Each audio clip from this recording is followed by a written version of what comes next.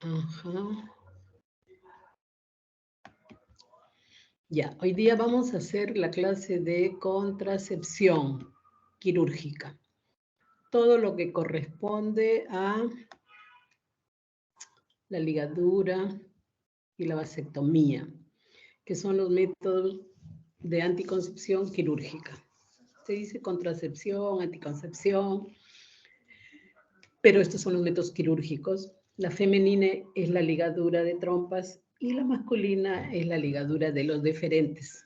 Entonces, vamos a empezar. ¿Escuchan bien? ¿Sí? Sí, doctora, se la escucha bien. Perfecto. Ya.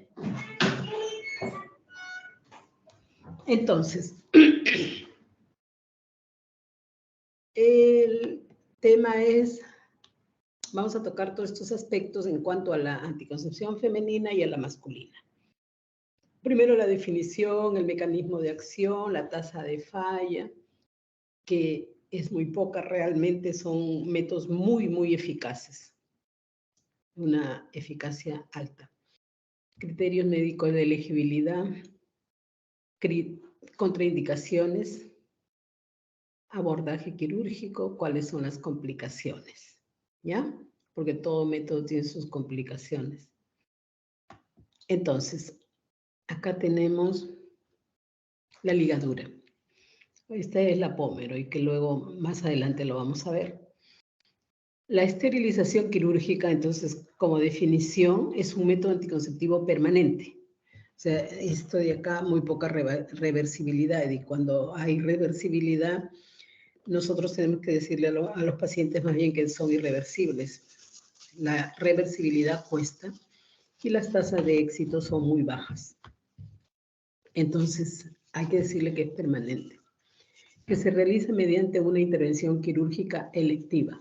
O sea, no es una cirugía de emergencia, es una cirugía electiva. La paciente tiene que estar bien estudiada, bien, que tenga una buena consejería, que ella quiera el método, porque si no, se puede arrepentir. Hay condiciones que tienen que cumplirse. Es una complejidad intermedia cuyo objetivo es impedir la unión del óvulo y el espermatozoide. O sea, a nivel de la trompa ya saben ustedes que es la unión del espermatozoide y el óvulo.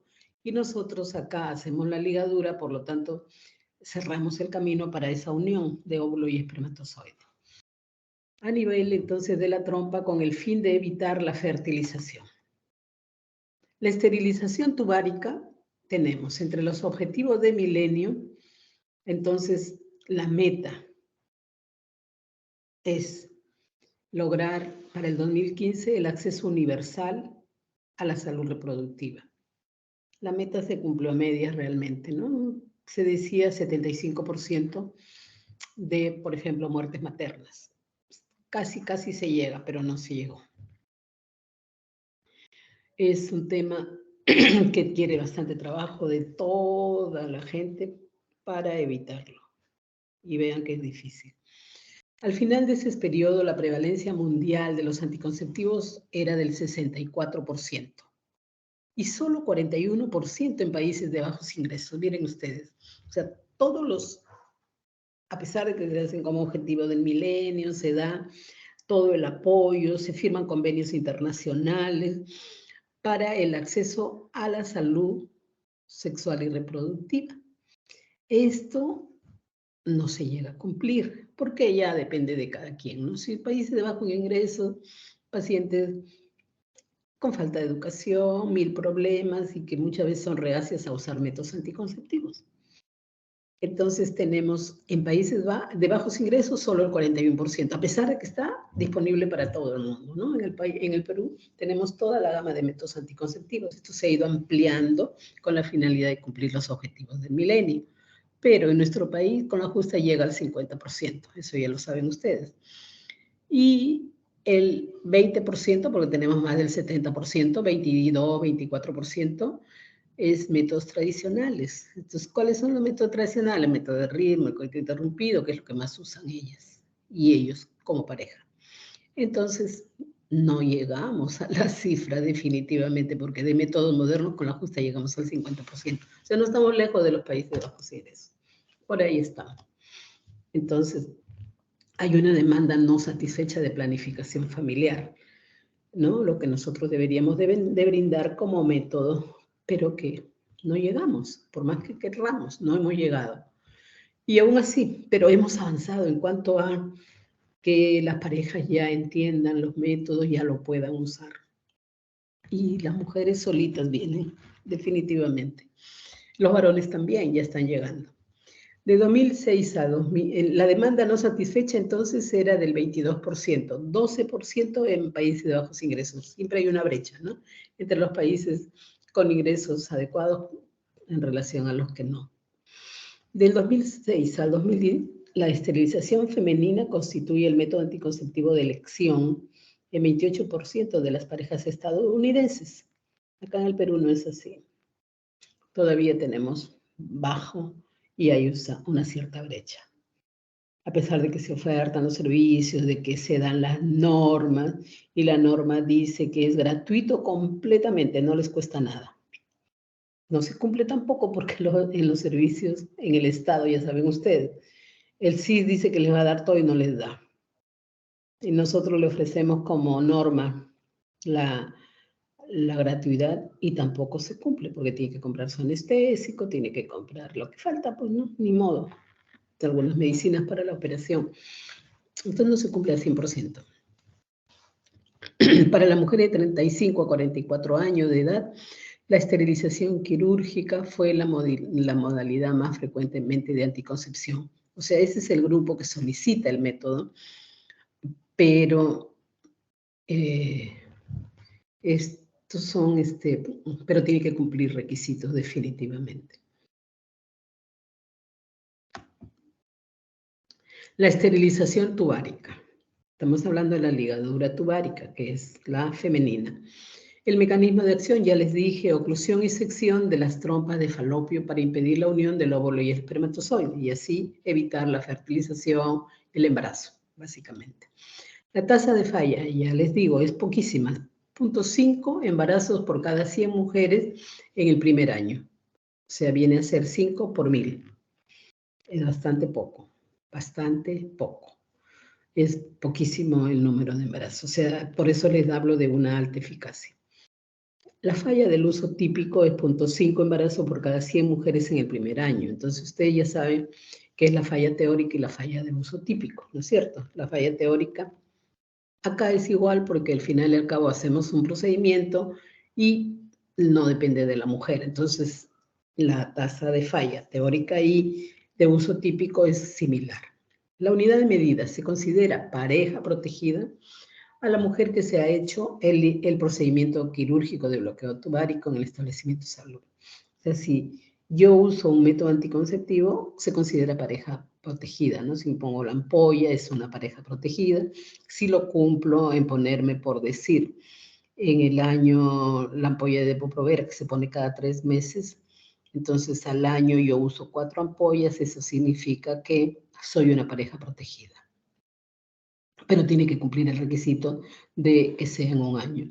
Acá es en el primer año, ¿no es cierto? La tasa de falla. Y la pareja protegida es aquella que se hace el procedimiento.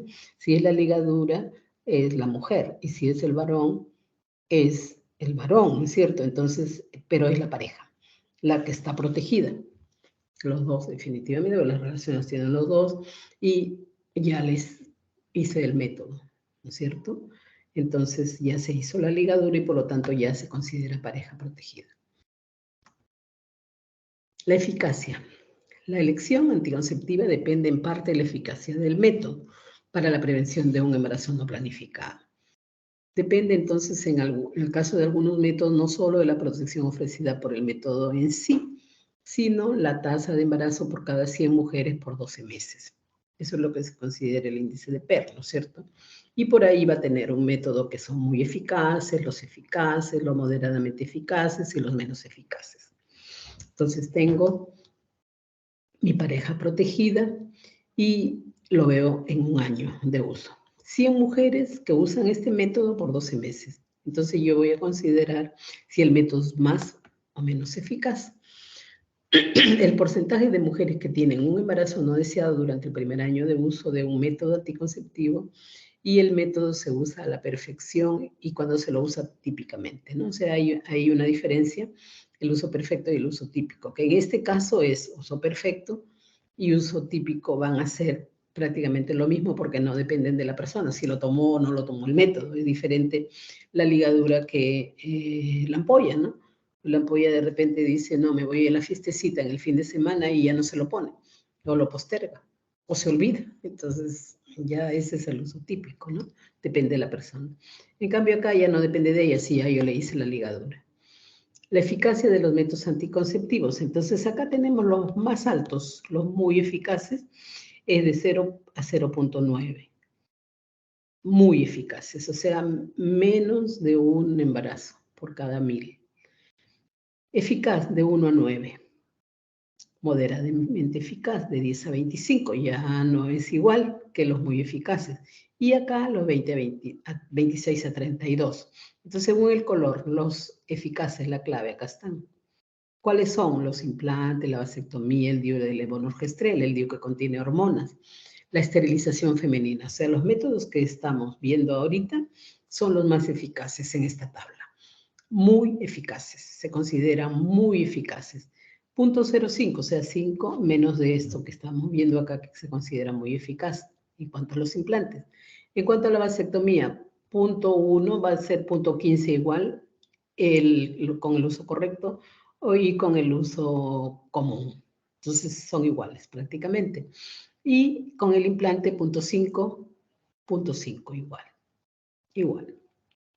Más eficacia en la vasectomía. Miren ustedes, un método más simple que se hace prácticamente con anestesia local.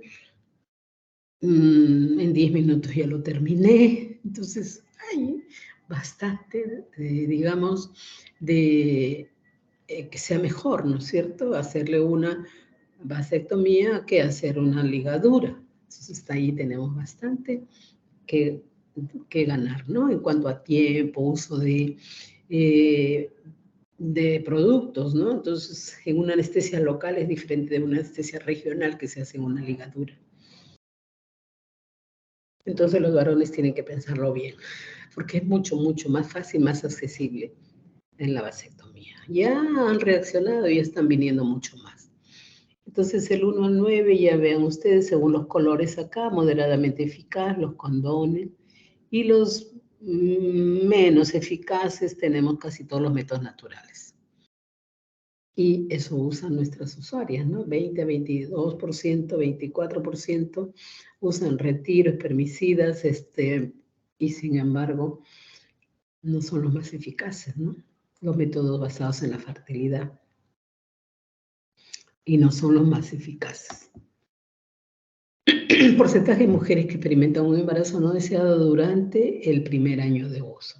Entonces tenemos, ¿no? La anticoncepción quirúrgica femenina y la masculina. Hemos visto igual, 0.5% en la quirúrgica femenina y 0.10, 0.15 en la masculina.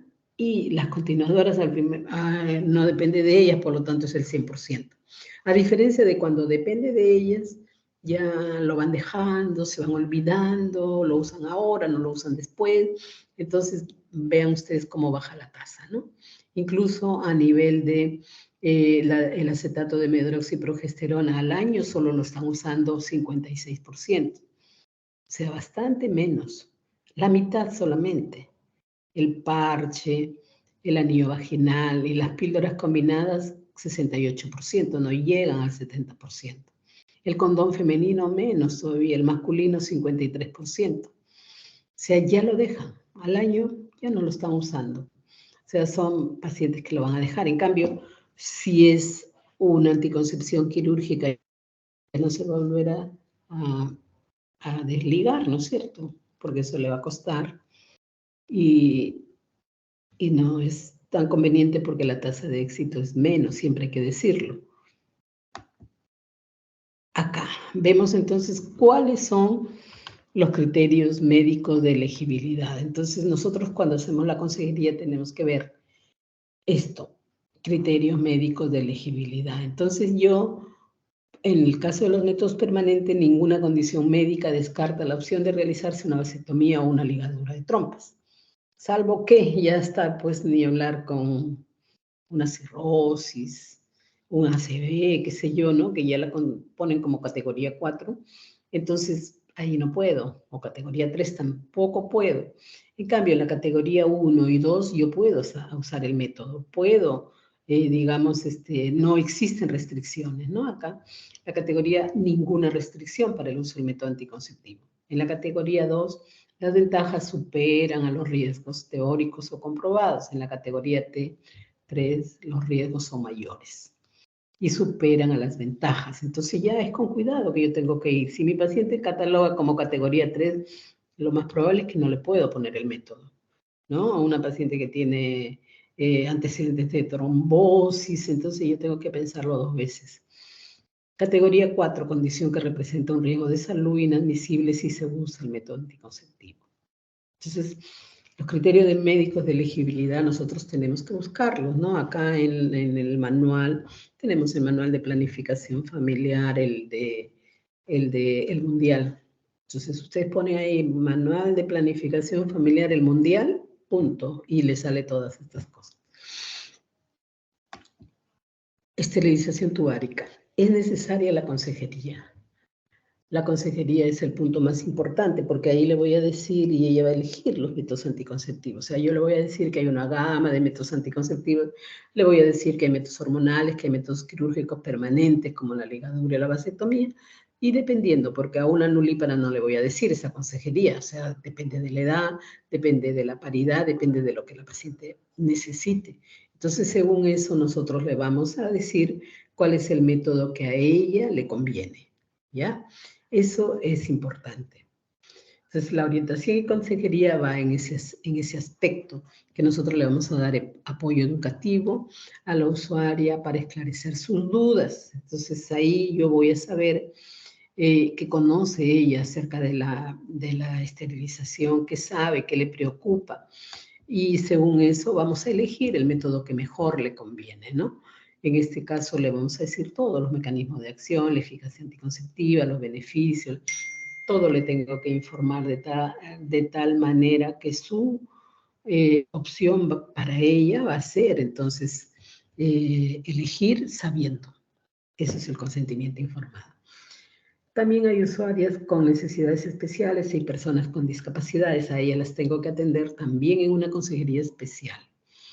Sobre todo las personas con discapacidades no me van a entender. Generalmente viene con el familiar, pero según la norma, ellas tienen que manifestar su deseo de querer ligarse. O sea, tiene que estar consciente de que quiere ligarse.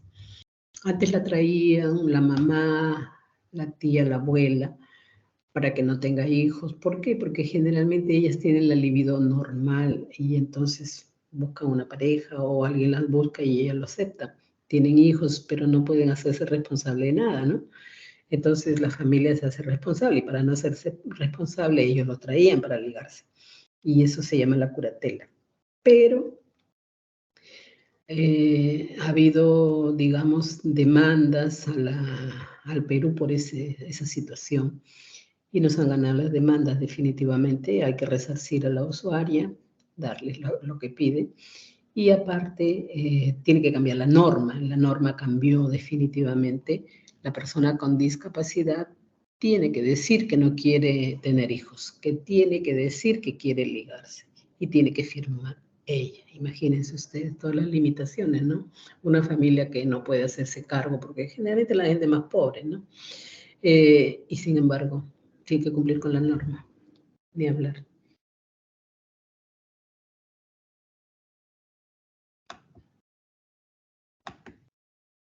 Ya, entonces, la consejería para facilitar la atención, orientación y consejería en planificación familiar, se sigue el método de los 5 pasos. Entonces, acá es básicamente cómo llega la usuaria, lo que le tienes que decir, tú tienes que hacer un diagnóstico de cuáles son sus necesidades, luego le tienes que decir todos los métodos, luego ella va a elegir, luego haces una retroalimentación. ¿Qué entendiste del método? de lo que hemos conversado, y entonces te va a decir, y según eso ya tú has hecho una buena consejería adecuada, ¿no? Y le vas a dar el método que ella quiere. Pero le preguntas, ¿no? A ver qué has entendido, cómo lo vas a tomar. Antes que se vaya, tienes que preguntarle, porque ya está en su casa y no vas a saber ni cómo tomarlo. ¿Cuándo vas a empezar? ¿Cuándo vas a tomar? ¿A qué hora lo vas a tomar? ¿Qué va a pasar si te olvidas de alguna? Tienes que preguntarle, obligatorio. Esos son los 5 pasos en la consejería. Y tú no te tienes que equivocar. Pero le tienes que dar una orientación completa, definitivamente, ¿no?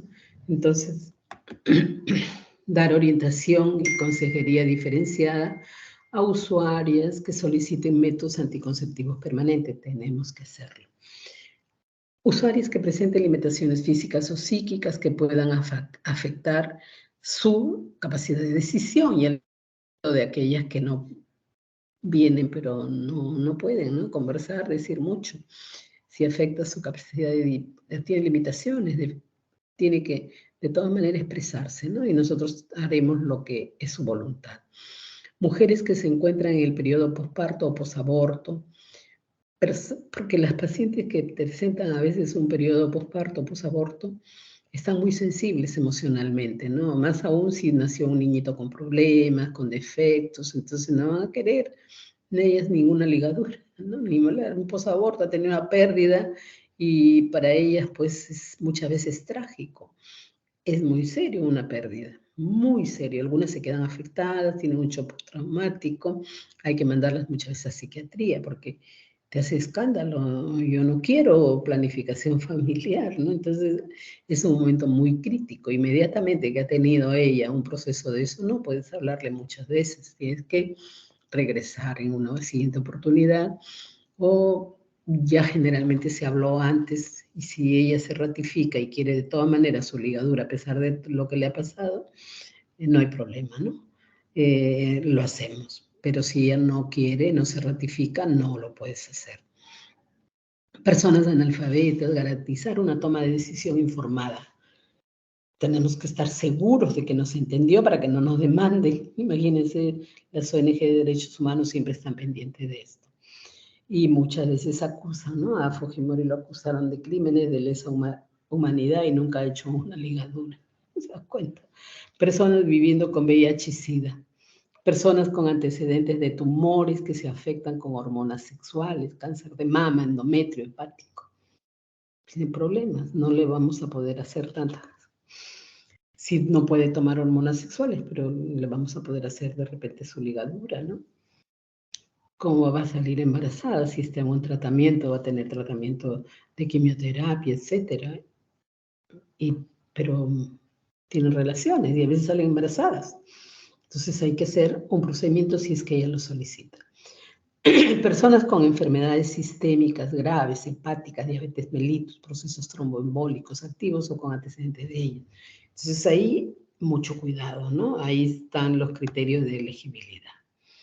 Disposiciones específicas para la atención integral en planificación familiar, sobre todo AQB, lo que es relacionado a la ligadura o a la vasectomía. Para optar por un método anticonceptivo definitivo, porque esto ya va a ser definitivo, se requiere decisión informada, previa orientación y consejería. Los métodos quirúrgicos y específicamente aquellos implantes, dispositivos intrauterinos deben contar siempre con consentimiento informado, firmado. Tiene que estar firmado. Y generalmente es con 72 anticipación, según dice la norma. La norma habla de las 72 horas como un periodo de reflexión. Entonces, este periodo de reflexión es importante, ¿no? Esto es lo que pasó en la época de Fujimori. En la época de Fujimori se ligaba a las pacientes y como recién comenzaba el programa, no hubo consentimiento informado. Ese fue el problema. Si no hubo consentimiento informado, entonces tú me estás obligando, y ellas lo han dicho. Hoy día dijeron que sí, mañana dijeron que no, y eternamente el problema. Todo procedimiento tiene que ser un consentimiento informado, porque la vas a operar, vas a intervenir en su cuerpo, y ella tiene que manifestar su decisión de ya no querer tener más hijos.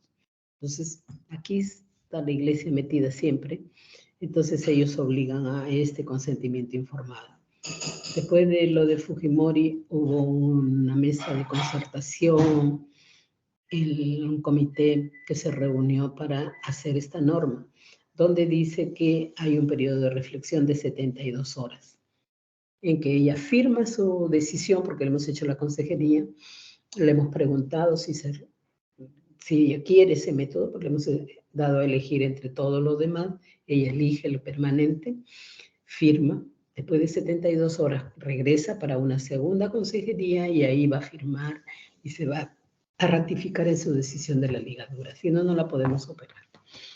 La intervención, los exámenes de laboratorio, el riesgo quirúrgico, la hospitalización, el caso de bloqueo tubárico bilateral, son gratuitos. Ya les digo, según norma, todo es gratuito en los establecimientos de salud públicos que cuenten con categoría para ello. Las personas serán tratadas con dignidad, con respeto a sus derechos y costumbres. Se garantizará la privacidad y confidencialidad. O sea, lo que ella te dice, tú no tienes que decir a nadie. Y la privacidad es que en un consultorio donde no entra todo el mundo, no está a la vista de todo el mundo. Y si ella te dice que no quiere que haya nadie más tiene que haber. Nadie. Tú garantizas eso. La privacidad y la confidencialidad, ¿no? Porque muchas veces la paciente se iba y los demás estaban conversando, a veces la paciente regresaba y estaba escuchando lo que tú le estabas contando al resto. De lo que ella te dice, punto, sabrá. Entonces, disposiciones específicas, ¿no? Toda persona puede asistir cuantas veces considere conveniente, necesario a los servicios públicos, o sea, para venir todas las veces que ella quiera, para atención de control, aclarar dudas asociadas al método y cambio o cese de opción anticonceptiva. Estas consultas son gratuitas.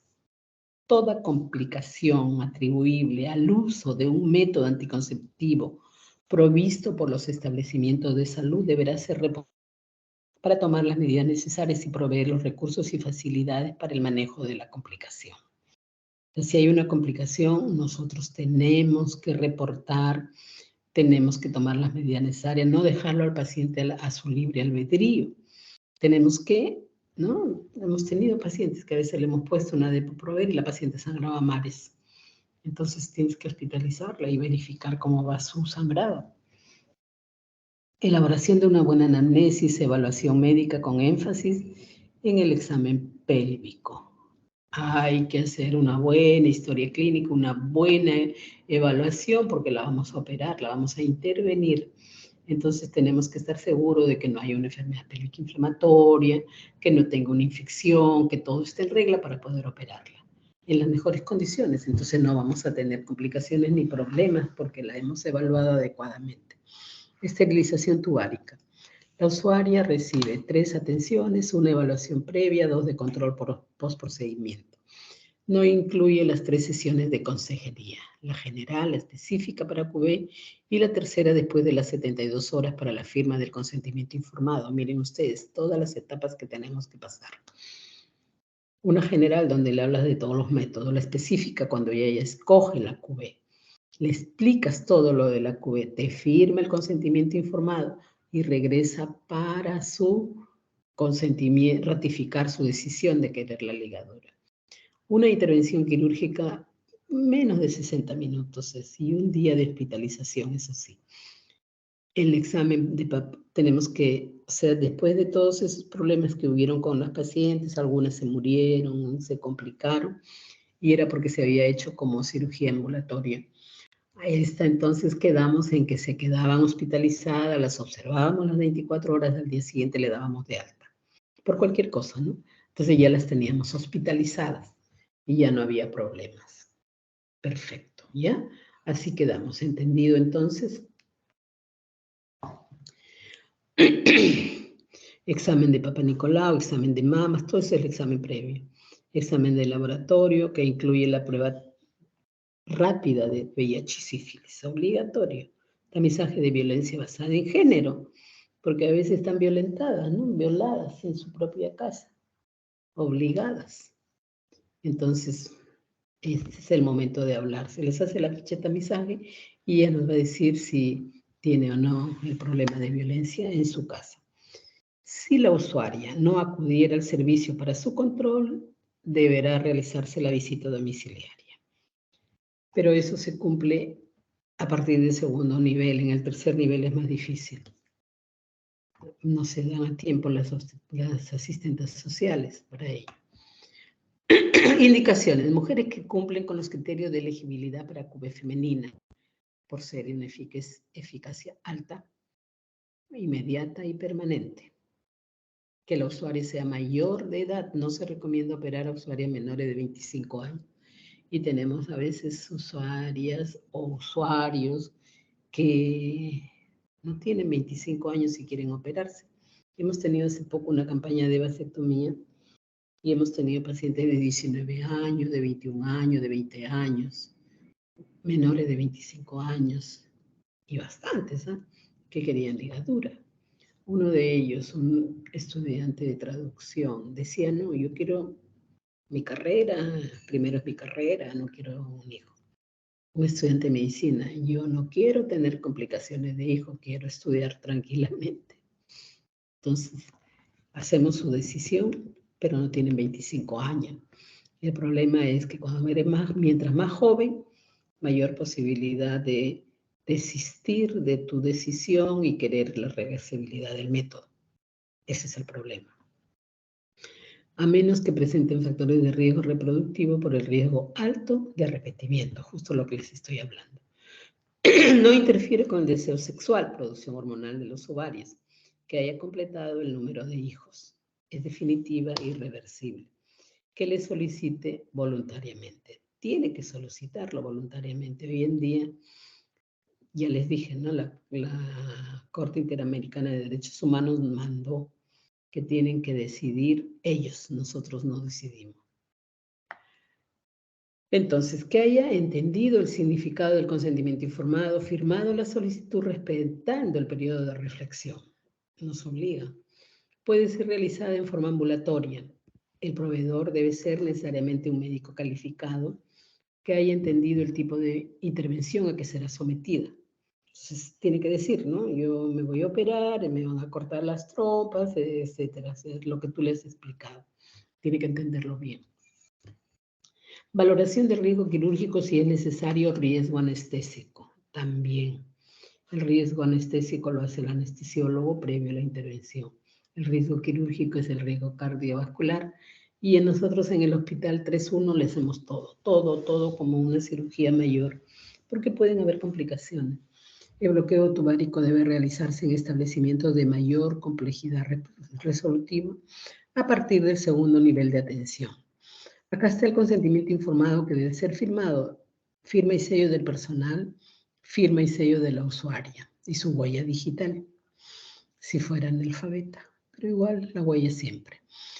Y también puede desistir en el caso de que no quiera, no, ya no quiero, ya no regresa, ya no le puedes operar, porque es su decisión la que vale. Acá hay categorías para AQB femenina. Acepta el método. Tienes que tener precaución, puedes demorarlo y es una categoría especial, ¿no? Justo lo que habíamos estado hablando, especial en caso de que haya problemas, discapacidades, qué sé yo. Acepta, acepta. No le puedo negar el método. No hay una razón médica para que yo pueda negar el método a una usuaria con esta patología y circunstancias. Se acepta porque mayor complicación no va a haber. Con precaución, porque normalmente se suministra el método en condiciones de rutina, pero con preparación y precaución adicionales. O sea, sí le puedo dar, pero tengo que tomar precauciones. Demoro, o postergo, o difiero el método. El uso del método deberá postergarse hasta que la patología evaluada, corregida. Deben suministrarse métodos anticonceptivos temporales alternativos. Puedo presentarle, todavía no te puedo ligar porque estás con una enfermedad pélvica, entonces tengo que darte tratamiento, tengo que postergar el método hasta que estés bien. Te doy el tratamiento, te hago tu ecografía, un examen clínico, ya estás bien, yo recién te puedo operar. O está con una infección urinaria, tengo que demorar, tengo que postergar. No puedo operar en esas condiciones. Ya le hemos dicho que es una cirugía electiva netamente. Deberán suministrarse métodos anticonceptivos temporales alternativos. O sea, le puedo dar preservativo, le puedo poner una ampolla hasta que yo le pueda operar, ¿no? Pero tengo que cuidarla, porque ella ya vino y es una oportunidad que tengo que aprovechar, porque puede ser que en ese interín, mientras le postergo, sale embarazada, pues, ¿no? Si la dejo sin método especial. El procedimiento debe llevarse a cabo en condiciones en que se disponga de un cirujano experimental, que haya, o sea, una sala de operaciones adecuada, ¿no? Si es que la paciente tuviera algún otro tipo de problema. Y deberán suministrarse métodos anticonceptivos temporales, alternativos, si resulta necesario derivar o si se posterga por algún motivo, como el anterior, ¿no? En todos los casos que se realice AQV se debe contar con un médico especialista con competencias, asimismo con método anestesiólogo. Y esto porque al inicio, pues se hacía en todos los centros de salud habidos y por haber, y muchas veces no había un personal competente, y menos anestesiólogo, ¿no? Entonces, ni modo, tiene que haber. El equipo tiene que estar bien, por eso ya se va al tercer nivel, ¿no? Tercer nivel, segundo nivel. Nosotros tenemos que tener la capacidad para hacerlo y complicaciones casi no hemos tenido en todos estos años. Condiciones que contraindican la anticoncepción quirúrgica femenina voluntaria. Condiciones psicosociales. Usuarias que estén presionadas por el cónyuge o por alguna persona. Usuarias que han tomado su decisión bajo presión. El marido las presiona, la familia las presiona y así no es. Presionadas por el cónyuge, ¿no? Entonces nosotros hemos tenido pacientes que estaban sentaditas para operar y de repente unas lagrimones. ¿Qué pasa? Es que no me quiero operar. Y el marido la estaba trayendo de los pelos a la pobre, ¿no? No quiere, pues no quiere, ¿no? Es decisión de ella, no de él, porque la que se va a operar es ella. Él no quiere porque ya no quiere tener más hijos, ¿no? La señora tenía 2 hijitas mujeres, pero ella quería tener su hijo varón, era su ilusión. No se lo operó, no se lo operó. Antecedente de cirugía abdominal o pélvica, miomas uterinos, hipertensión arterial, antecedente de ACV, cardiopatía sin complicaciones, epilepsia, hipotiroidismo, cirrosis. Tienes que tener mucho cuidado. Hernia, nefropatías, entonces hay que hacer la evaluación previa y puedes actuar con cautela, ya sabes, tienes que tener el equipo completo, la paciente compensada, antecedente de enfermedad inflamatoria, pero ahorita no lo tiene, entonces sí puede ser. Postergación o demora. Yo tengo que postergar si está embarazada hasta que dé a luz. Si es una puérpera preeclampsia severa o eclampsia, tengo que postergarlo, que se mejore bien, que salga de este periodo. Entonces ya podrá volver por su cirugía.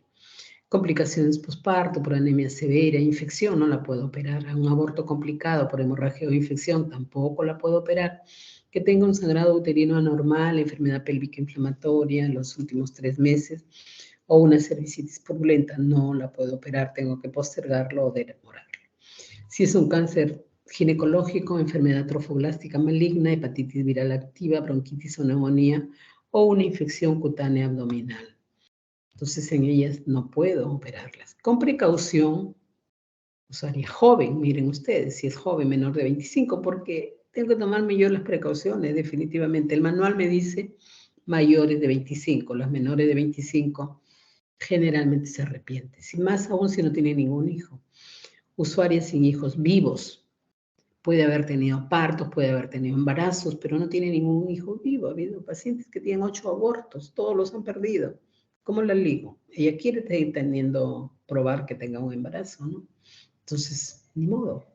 Hay que tener precaución en esos casos. No le voy a ligar hasta que tenga su hijo vivo. ¿Por qué? Porque después se puede arrepentir y puede acusarte incluso que tú la has obligado, que tú le has dicho, que tú has estado pendiente de ella para que se le haga ligadura y ella no ha querido. Te acusan. A veces ellas son las que te han presionado, pero de modo, para eso está la consejería.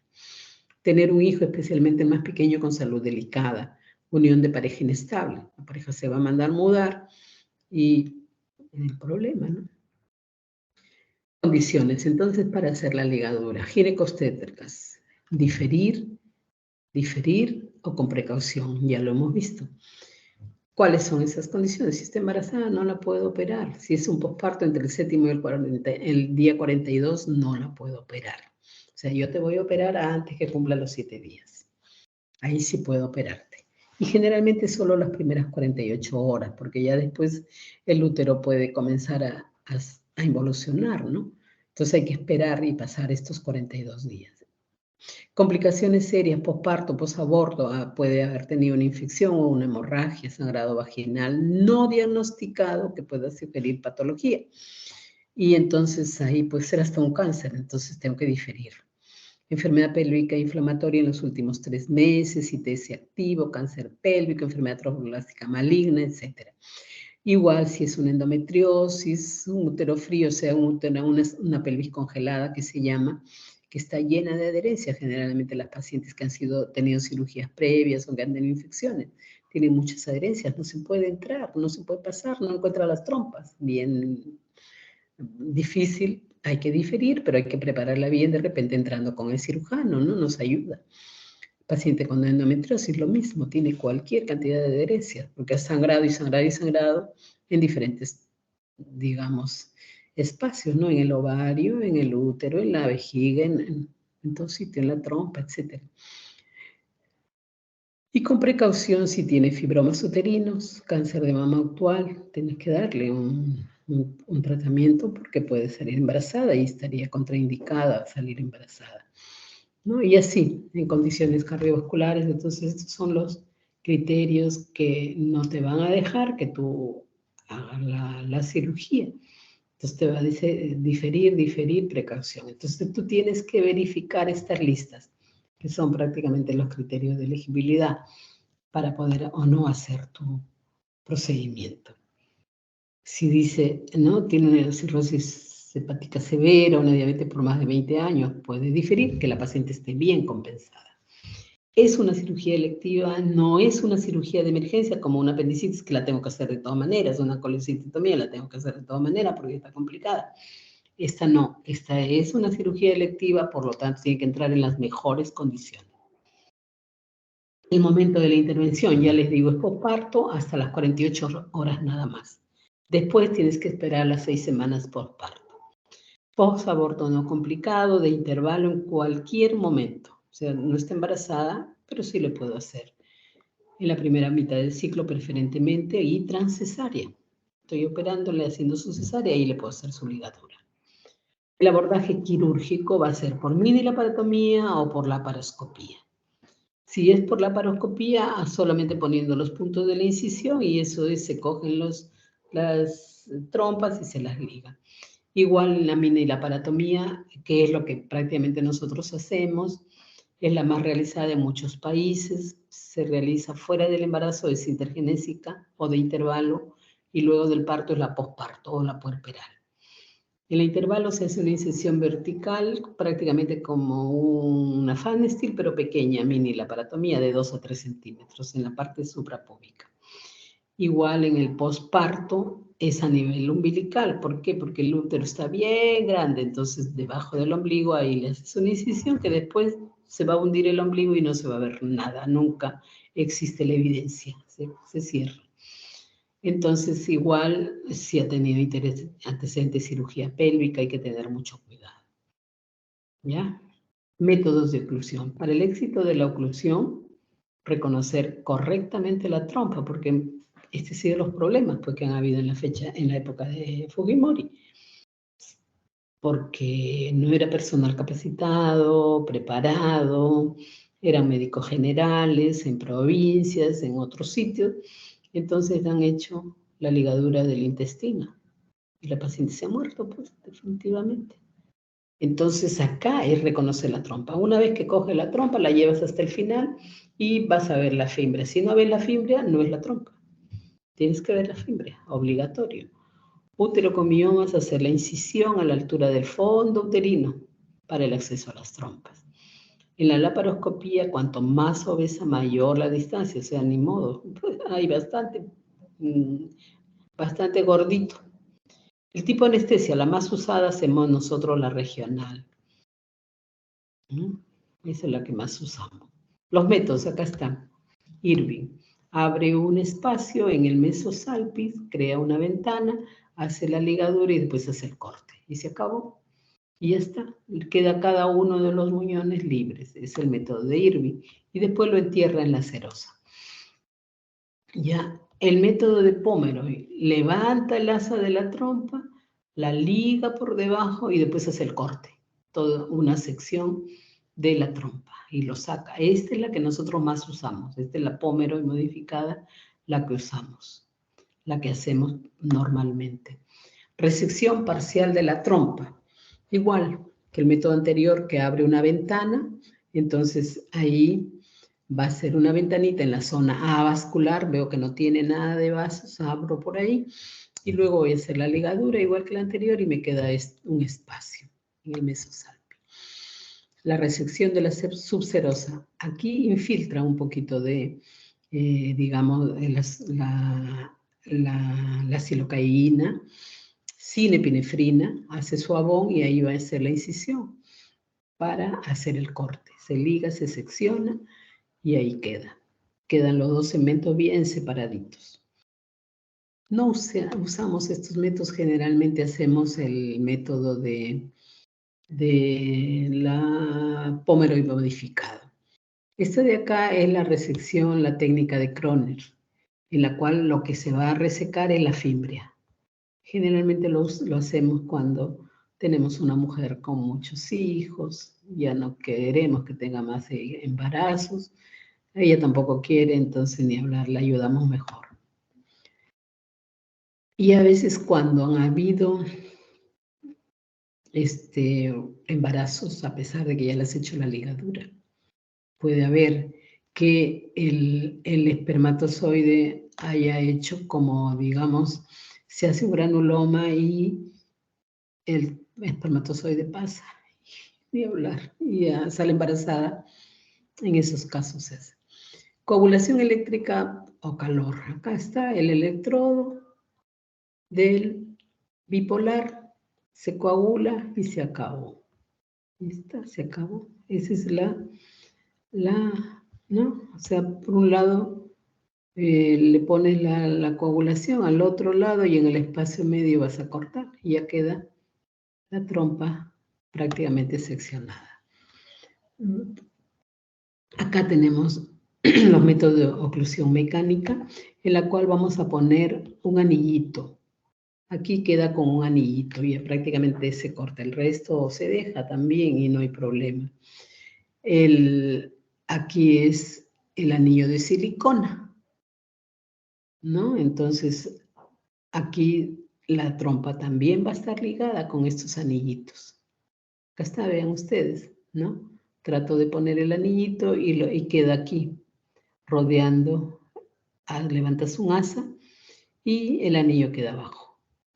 Como que le pones, levantas el anillo, lo introduces haces un asa, introduces el anillo y ahí queda. Se acabó, no hay más. Esa es la operación. Súper fácil, ¿no? El anillo, el clip de Filch. Entonces acá pones un anillo de titanio. Aquí lo pones y se acabó como un clip. ¡Shuak! Es como una grapa, poner una grapa. Generalmente no hacemos estos métodos. Bueno, eres sure, entras y vas a colocar por el ostium, prácticamente todo por bajo, y le vas a colocar un resorte. Y este se va a quedar acá a nivel del ostium y va a quedar un tiempo hasta que hace un granuloma y ahí es que ya no pasa ningún espermatozoide, pero han habido problemas, a veces hay infección, tiene que tener una técnica adecuada, bien limpio, estéril, todo, pero a veces hay problemas. Entonces no ha pegado tanto esos métodos, ¿no? Las complicaciones inmediatas, la mortalidad es rara, ninguna se muere, no se mueren. La morbilidad varía según el método de abordaje y técnica de oclusión. Morbilidad puede haber, pero hay que tener cuidado, tienes que elegir bien a tu paciente, ¿no? Básicamente que no tenga nada, infecciones, una ITU, que se puede reactivar porque le vas a poner una sonda, ¿no? Si no, la vejiga va a estar hasta dónde y te vas a llevar la vejiga. Lo que vas a cortar es la vejiga.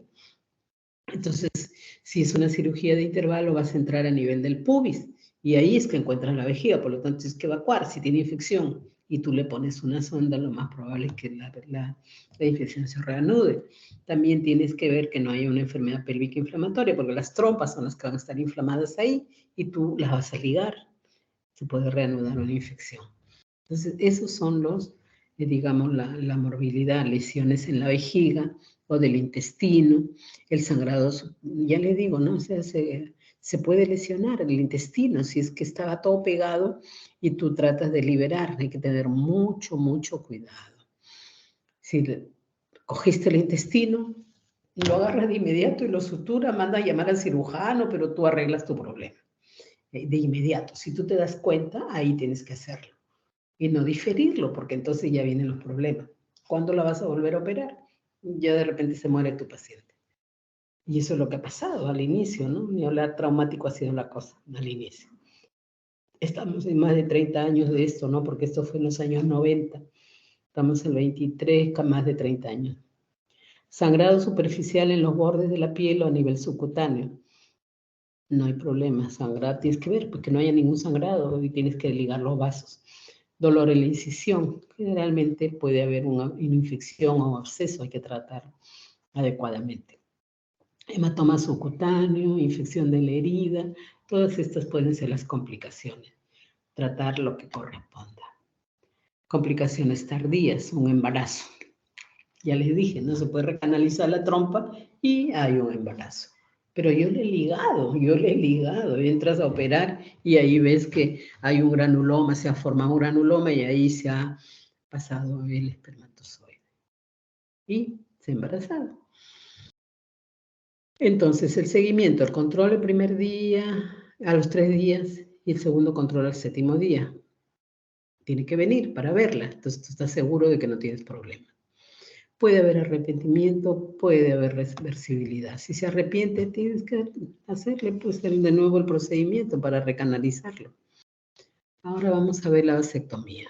Aquí lo están llevando al esposo, pero así.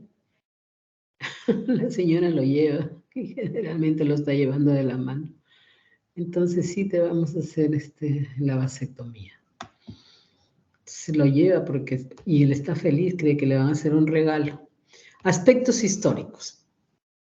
La primera vasectomía fue realizada en forma experimental en perros por Sir Astley Cooper en 1830. Mire cuántos años tienen estas cirugías. Años, añísimos. Son añejas. O sea, desde los tiempos las parejas no han querido tener embarazo. Entonces han buscado la forma, ¿no? Anillos, dispositivos, todo lo que se ponían, las pieles de no sé qué y de no sé cuánto, ya lo habrán leído ustedes, ¿no? Cuando han hecho el tema de anticoncepción. Entonces acá le hacían la cirugía experimental en perros hasta que se recomendó su uso en hombres que iban a ser sometidos a operaciones de próstata, porque existía la creencia de que la próstata disminuía el tamaño de tamaño con la vasectomía. O sea, miren ustedes las creencias. La primera vasectomía con fines de esterilización la practicó Sharp en 1899 en Estados Unidos. 1899, ya no es el siglo pasado, sino en el siglo antepasado. Primero en individuos retrasados mentales y posteriormente en individuos sanos en la década de los 60.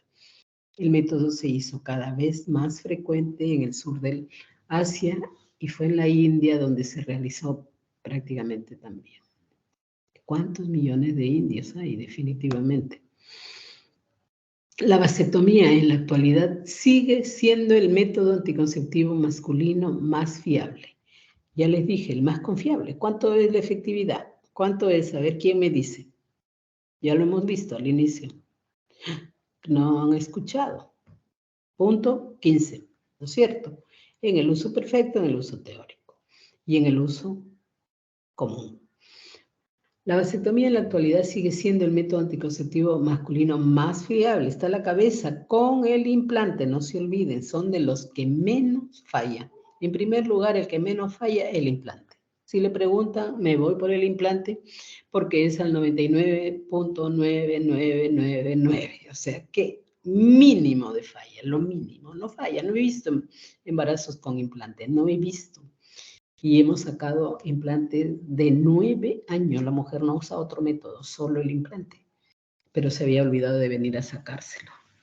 La vasectomía en la actualidad sigue siendo entonces el método anticonceptivo masculino más fiable y se calcula que aproximadamente entre 40 y 60 millones de hombres en todo el mundo lo han elegido como método anticonceptivo, sobre todo en países desarrollados. En comparación con la ligadura de trompas como método de anticoncepción permanente, la vasectomía es igualmente eficaz en la prevención del embarazo. Los dos son métodos excelentes, siendo, sin embargo, la vasectomía más sencilla, más rápida, más segura, menos costosa, siendo, por tanto, uno de los métodos más rentables. Se calcula que su costo es aproximadamente una cuarta parte de la ligadura. O sea, justo lo que yo les estaba diciendo cuando comparamos los métodos. 10 veces más haría una vasectomía que una ligadura. Expones más a la paciente, tienes que ponerle anestesia regional, en cambio el otro es una anestesia local solamente. Y el deferente está a flor de piel. Ahí nomás está. Acá está. Entonces, ¿qué es la vasectomía? Por definición, la oclusión de los conductos deferentes. Este es el deferente. Aquí está la uretra y aquí está el deferente. Entonces sale los espermatozoides por el deferente y van a la uretra. Es un método anticonceptivo definitivo. Así lo tenemos que decir que es definitivo. Corto acá, corto allá, ya no tengo el problema del pase de los espermatozoides. Eficacia. Como en cualquier otro método anticonceptivo, se valora la eficacia por la ausencia de embarazo. No hay embarazo. Se estima que la tasa de falla de la vasectomía es inferior al 1% en términos generales, según OMS. Ya hemos visto, 0.15, o sea, menos de un embarazo en 1000. Bastante bajísimo. Súper eficaz, ¿no? Acá lo estamos viendo igual. Y el porcentaje que continúan usando al 100%, porque ya no tienen que hacer nada. Ya está hecho. Nosotros lo hemos hecho, el médico. La efectividad elevadísima. Entre las causas del fracaso están los errores de la técnica quirúrgica en la que el deferente se confunde con una arteria. Eso puede pasar. Esta complicación se evita palpando la estructura, verificando que no tiene latido. Indicaciones. La vasectomía no está indicada desde el punto de vista médico y se deben ofrecer otras alternativas anticonceptivas disponibles, pero hay diferentes motivaciones para desear someterse a una vasectomía, decisión que ha de tomarse en una situación exenta de estrés. El respeto a la decisión personal del paciente es esencial. O sea, los pacientes a veces vienen en situaciones de estrés porque creen que la mujer está embarazada o ella cree que está embarazada. Entonces, quiero ligarme. Entonces, tú tienes que hacerle los análisis, tienes que evaluarla, porque de repente el apuro es eso, ¿no? Y ha pasado que se operó un paciente y estaba embarazada. No se le evalúa adecuadamente. ¿Cuáles son las contraindicaciones? No existen contraindicaciones. Todos la pueden hacer. Pero si no tiene hijos hay que tener mucho cuidado. Si es menor de los 25 años, el manual no lo acepta. Padecer una enfermedad grave, ninguna relación de pareja en el momento que se genera la demanda. Y si tiene dolor en el escroto, mejor no le toques, porque lo va a tener más y exacerbado de repente. Técnicas quirúrgicas. Se realiza de manera ambulatoria. Esta es una cirugía ambulatoria. Le hago la cirugía, a la hora ya está yendo a su casa, aunque puede ser necesario, y es con anestesia local. Básicamente la técnica consistirá en la exposición de los conductos deferentes, los saco, pues cojo el escroto y el testículo y ahí está el deferente. Básicamente la técnica consistirá en la exposición de los conductos deferentes a través de una o dos incisiones. Se logra la discontinuidad, lo separo, corto. Y esa es la cirugía. Entonces, y luego hago la cauterización de la luz del conducto. Técnica convencional, la de Schmidt. Nosotros no usamos esta cirugía que se practica bajo anestesia y que no requiere hospitalización. Son cirugías locales generalmente, ¿no? La que más usamos, aquí está, la vasectomía sin bisturí, que es la de Lee, la técnica de Lee. La vasectomía sin bisturí, en la cual voy a infiltrar, aquí está, voy a infiltrar la piel del escroto y busco y expongo el conducto deferente. Acá está, lo voy a tactar y lo voy a separar para ligarlo. Entonces lo saco, lo expongo a través de esta incisión, que ni siquiera es incisión, solamente pongo mi pinza y con ello se abre el escroto, que tiene una piel súper delicada, definitivamente. Y se hace la ligadura como si fuera igualito que hice con las trompas, ahora hago con el deferente. Y se liga y se queda ahí. Se llama técnica sin bisturí de Lee Chun-kiang. Lee Chun-kiang, el doctor Lee, así se apellidaba, un chino que creó esta técnica. Lo que hizo fue afilar una pinza bien afilada, el extremo bien afiladito, de tal manera que primero anestesio la zona del escroto y pongo mi pinza. Cuando la abro ya se abrió el tejido y por lo tanto ya puedo poner el deferente y se acaba la cirugía, se acabó. Menos invasiva, requiere solamente 2 instrumentos simples. Está siendo empleada en el ámbito mundial como la técnica de elección para la vasectomía.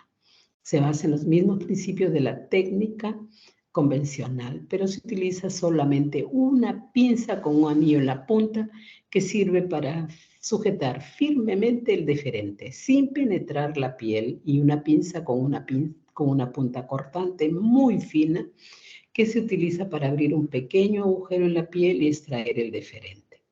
Una vez afuera se ocluye con cualquiera de los métodos anteriormente mencionados y no se sutura el orificio de la piel. Por eso se llama técnica sin bisturí, no requiere puntos. Súper fácil la cirugía.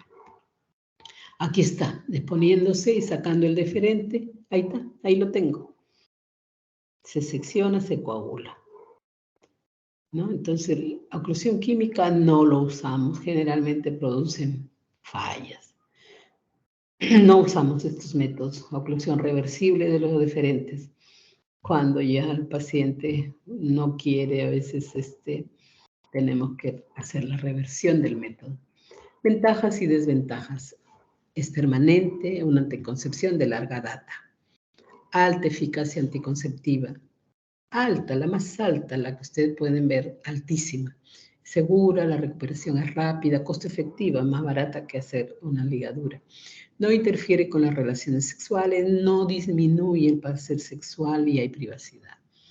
La desventaja que requiere cirugía para revertirla, el periodo de espera para el efecto anticonceptivo, tengo que esperar siempre 3 meses o 20 eyaculaciones, después de lo cual recién podrá hacerse un espermatograma y recién podremos ver que si no hay ningún espermatozoide móvil, todos se han muerto. No hay espermatozoides en esta muestra, porque lo otro se está regresionando, ¿no? Se sigue produciendo, pero y después ya, digamos, como que se reabsorbe. Pero el detalle es que en esta muestra yo no debo encontrar espermatozoides para que yo considere que las siguientes eyaculaciones van a ser negativas, ¿no? No hay espermatozoides. Y por lo tanto, el método es adecuado, la técnica ha sido adecuada. Riesgo quirúrgico y anestesiológico. Un médico entrenado podría estar fuera del alcance económico en MINSA es gratuito. No protege contra enfermedad de transmisión sexual y algunos se arrepienten luego, sobre todo si son muy jóvenes. Complicaciones a largo plazo. Sangrado postoperatorio y hematoma, que es entre el 4 y el 22% de casos. Infección 0.2 a 1.5%, normalmente leves y limitadas a la herida quirúrgica, aunque hay notificación de enfermedad fornial. Nosotros lo que más hemos tenido, quizás el dolor escrotal leve que vienen ellos y nos dicen que hay un poco de dolor. ¿no? Le damos antiinflamatorios y de repente un antibiótico y después ya casi no hay molestias. Y el hematoma, con todos los cuidados, no debería, ¿no? Pero a veces hay varicoceles que no lo hemos detectado, que no lo hemos determinado, pero se trata de liberar y no tocar esa zona. La recanalización temprana cuando lo has hecho muy joven, definitivamente, o solito se recanaliza también el conducto, igual que en la trompa, 0.2 a 5.3, cuando persisten espermatozoides móviles. Por eso hay que hacer el espermatograma a los 3 meses, a los 6 meses. Y si no, porque todavía hay, entonces no está la técnica adecuada, hay que operar nuevamente. Entonces, a largo plazo, el dolor en el escroto que afecta la calidad de vida del paciente 1%. Recanalización espontánea del deferente tras haber logrado el aclaramiento en los controles quirúrgicos. Es muy raro, ¿no? Pero puede haber recanalización. Solicitud de reversión de la operación después de 10 años, aproximadamente el 2% de los pacientes vasectomizados. Ya hemos tenido nosotros un paciente que ya después se arrepintió, ¿no? Se arrepiente. Porque a veces se consigue una nueva pareja y quiere tener hijos, pues no, es su decisión. Doctor, quiero hacerme la vasectomía, dice el señor. Y él le pregunta, ¿lo ha platicado con su esposa y sus hijos? Lo sometimos a votación y me ganaron 16 contra 1. Todo el mundo votó para que se haga la ligadura a él. Imagínense, pero esto en realidad no es cierto, porque la verdad es que si tú quieres, tú te lo haces. Nadie puede influir en tu decisión, por eso que dice la decisión tiene que ser con conocimiento y el consentimiento tiene que ser informado y firmado. Pero él tiene que entender que ese es el método que él quiere y él solito va a venir, no necesita venir la pareja ni en la ligadura ni en la vasectomía. Eso que quede claro, que no necesitas para nada el consentimiento de la pareja. Entonces nosotros hemos tenido incluso en el programa pacientes que han venido, no le vaya a decir a mi esposo que yo me voy a hacer la ligadura, dicen ellos, ¿no? Y no hay problema, porque si tú no quieres, es no, definitivamente. No quieres que él se entere, nosotros no le vamos a decir, pero si nos pregunta, le tendremos que decir. Y no, el señor, un quiste de ovario tenía la señora. Se acabó. Muchas gracias por su atención. ¿Alguna pregunta? ¿Alguna pregunta, chicos? ¿Entendieron? ¿Dejamos de compartir? Sí, doctora, parece que no hay preguntas. No hay preguntas, quiere decir que todo ha estado bien. Excelente. ¿Todos han estado presentes? ¿Todos? Sí, doctora. Todos entonces. Me alegro. Si todo ha estado bien, no tenemos problemas, ¿verdad? Claro, sobre todo, claro, que entiendan que es un programa nacional y que al inicio fue bien traumático, definitivamente, pero todos los inicios a veces son traumáticos, ¿no? Pero ahora eso ya camina, tal es así que hace 30 años no se pensaba que iban a venir los varones, las mujeres nomás venían. Y ellos bien tranquilitos en su casa y nunca venían. Hoy en día los varones son los que vienen y quieren su ligadura, o sea, su vasectomía. Hemos tenido pacientes, generalmente, ¿quiénes son los que se hacen la vasectomía? Varones, que ya estudiantes, universitarios, gente profesional, ingenieros, que no quieren saber más con hijos. Y muchos de ellos a veces ni siquiera han tenido con los justas uno y algunos ninguno y quieren operarse. Pero si es su decisión, se hace. Es gratuito y se cumple con todas las normas, básicamente, ¿no? Entonces tú tienes que hacerle la consejería una vez, otra vez, que entienda bien. Y según eso ya no tenemos problemas. Si lo entienden bien, ellos van a asumir, porque pueden haber complicaciones. Se les explica que puede haber, como toda cirugía va a haber. Muy bien, entonces si todo está bien entendido, me quedo tranquila. Hasta la próxima, ¿no? Que nos toque. Cuídense. Ya nos estamos Sí, viendo. doctora, muchas gracias. Gracias, Buenas doctora. noches. Muchas gracias, doctora. Hasta luego. Ya nos vemos. Todos presentes, ¿verdad, Melissa? Sí, doctora. Gracias. Nos vemos, chicos. Hasta luego. Hasta luego, doctora. Gracias, Gracias. doctora. Hasta luego, doctora. Gracias. Gracias, doctora. Gracias a ustedes. Hasta luego, Gracias. doctora. Gracias. Gracias.